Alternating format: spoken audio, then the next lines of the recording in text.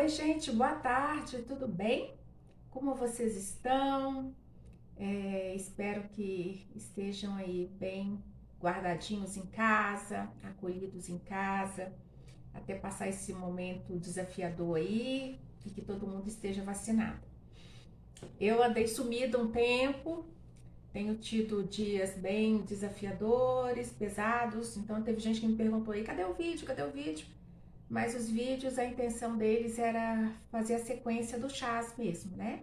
E obrigado pelas mensagens, obrigado pelas pessoas que têm compartilhado, até inscrito no canal, obrigado. E como foram dias, né, muito desafiadores, muitas notícias de luto de pessoas próximas de mim e que me mobilizaram muito, né? E eu tirei esse tempo de recolhimento, também com as demandas de trabalhos, tudo. E eu estava pensando algo que tem mexido muito comigo e eu queria compartilhar com vocês a respeito da intimidade emocional. E lidando, né, cuidando de famílias, eu trabalho, né, com casais e eu tenho visto como é difícil muitas vezes a gente se desnudar emocionalmente para o nosso cônjuge, né? Nós não somos ensinados a falar sobre as nossas emoções, os nossos sentimentos. Então, eu tenho pensado sobre isso, né? Como é importante a gente se colocar diante do outro e respeitando os nossos sentimentos, respeitando o espaço do outro também. E pensando nisso, eu queria compartilhar uma porção da palavra de Deus lá em Gênesis 2, 24, que diz assim, 24 e 25: Por isso o homem deixa pai e mãe, se une à sua mulher, tornando-se os dois uma só carne. Ora, um e outro, o homem e a sua mulher, estavam nus e não se envergonhavam. Olha que linda, né? É linda essa passagem. É um convite para deixar o pai e mãe, então nos leva a uma perda, a uma separação, mas aquela perda e aquela separação, ela vai para algo novo, uma conquista nova, um outro nível de relacionamento que agora é com a mulher, né? E o homem e a mulher na completitude da satisfação psicossexual aí, né? Porque o pai e mãe não dão conta da nossa área sexual, da nossa necessidade. Então tem esse convite, larga essa perda, mas você vai ressignificar essa experiência familiar unindo-se à sua mulher. Mas aí no relato bíblico fala, né, que Eva, por um momento, ela deixou Adão, ela não tirou os olhos de Adão e ela foi conversar com o diabo, né, com a serpente. E ali a serpente induziu Eva a uma privação. Deus tinha dado, vocês conhecem a história, que o casal poderia comer de todas as árvores, mas tinha uma que não poderia comer. E a primeira coisa que Satanás fez foi levar a dúvida, né? Será que é verdade mesmo isso? Ah, mas não, ele está querendo te privar daquilo que ele tem, que é dele. E Eva acreditou, né? Ela não viu que ela tinha todas as possibilidades, né? Ela tirou o olho saiu do estado do contentamento e da confiança, de estabelecer aquela relação de confiança com Deus, aquele que ia todas as tardes lá falar. E ela escolheu, ela fez uma escolha. E Deus nos fez autônomos para isso, para a gente poder fazer escolhas. E naquela hora, o texto bíblico diz que os olhos dos dois, porque ela não só comeu, mas ela ofereceu também para Adão. E o texto diz que naquela hora os olhos se abriram e eles se perceberam nus. E o sentimento que eles tiveram diante da nudez foi de medo e vergonha. E por isso eles coseram folhas de figueira e fizeram roupas. E é interessante pensar nisso, né? Que quando se está nu diante do outro, se tem vergonha e quer proteger, inclusive, as suas partes genitais, porque o genital é a parte mais íntima que nós temos, né? É um local que é um sagrado do nosso corpo, né? Que ele não pode ser violado, né? Mas ele deve ser expressado numa relação de confiança, de amor, enfim. E aí ali eles tiveram vergonha um do outro. E o relato bíblico fala que quando Deus foi visitá-los numa tarde e chamou Adão, e Adão falou que se escondeu dele porque teve medo, né? E na hora que o Senhor, que Adão verbalizou que teve medo dele, e por isso se escondeu, o Senhor na mesma hora falou: quem te falou que você estava nu, né? E aí ele, enfim, começou o jogo de culpa. E isso vocês conhecem. E finalizando eles, por causa disso, eles se separaram, né? Teve uma morte relacional entre o homem e Deus. E por causa desse pecado, houve toda uma desordem a nível relacional com Deus, uma desordem da relação do homem com o meio ambiente e principalmente da relação do homem com ele mesmo e com a sua parceira, com Eva, né? E aí o diálogo já não fluía. E por que eu tô trazendo isso para vocês? Porque no âmbito do casamento, nós somos desafiados a nos colocar nus, né? Não só para o ato, né? Para a intimidade sexual, mas para a intimidade emocional. E a gente tem dificuldade de falar com o outro como que a gente se sente. A gente muitas vezes não sabe nem nomear os sentimentos, né? E a gente fica só lá no, eu tô com medo, tô com raiva e eu tô triste. Quando se consegue identificar. Mas tem tantos outros sentimentos que a gente pode nomear, né? Eu posso falar que eu tô com rancor, eu posso falar que eu tô com culpa, inveja, né? Quantos de nós será que tem coragem de chegar pro seu cônjuge e falar assim: olha, eu tô com inveja da minha amiga, eu tô com inveja do meu amigo, eu tô com inveja porque pegou o trabalho, um sentimento de compaixão, um sentimento de solidão, um sentimento de esperança, de aversão, de alegria, enfim, são tantos sentimentos que nos ajudam a entender o que se passa no nosso interior. E a gente não fala com o outro. E muitas vezes na dinâmica relacional eu quero que o outro ele adivinhe o que eu estou pensando. E muitas vezes eu falo assim: ele já está careca de saber. Não. Precisamos de verbalizar aquilo que não foi dito, né? Porque as palavras, elas podem ser curadoras, restauradoras, reparadoras, edificadoras, abençoadoras, né? E com a palavra a gente pode construir uma relação diferente. E o silêncio, no falar com o outro, mentir para o outro acerca daquilo que a gente pensa e sente, é um convite para a morte da relação. Quantas vezes, né, o cônjuge fala: como é que você tá? Tudo bem. E sendo que não tá tudo bem.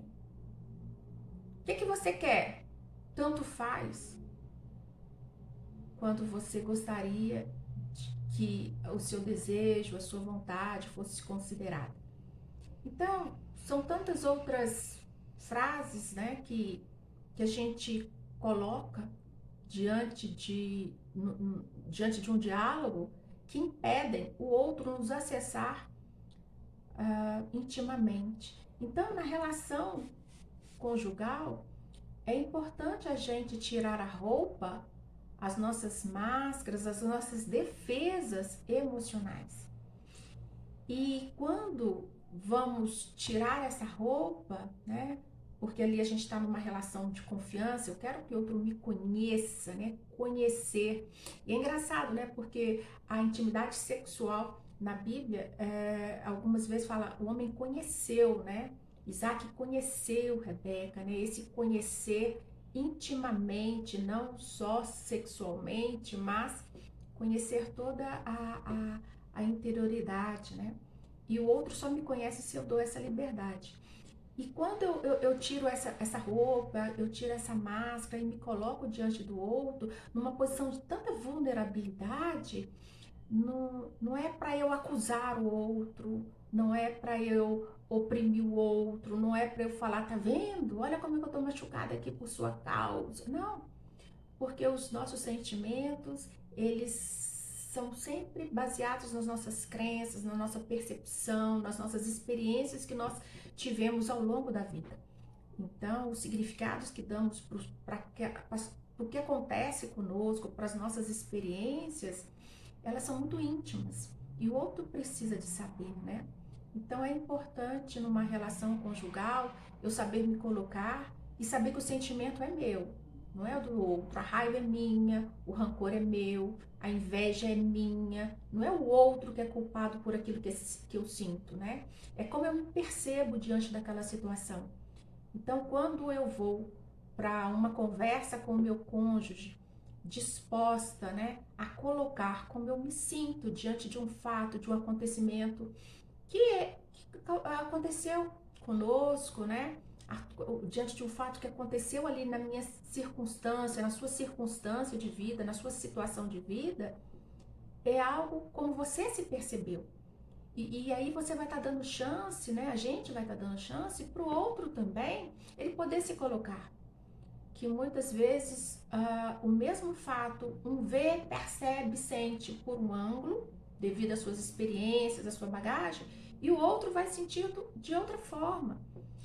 E se aquilo me mobiliza, me machuca, me deixa desconfortável, eu posso pedir para o outro, né? Como eu gostaria e como o outro poderia ajudar a, a fazer ou não fazer, ou deixar de fazer certas coisas, ou experimentar ou não determinadas situações juntos, para não me deixar naquela situação que eu me sinto vulnerável, que você se sente vulnerável. Então, o meu convite é isso para a gente pensar o quão importante é a gente estar nu diante do nosso cônjuge e não se envergonhar.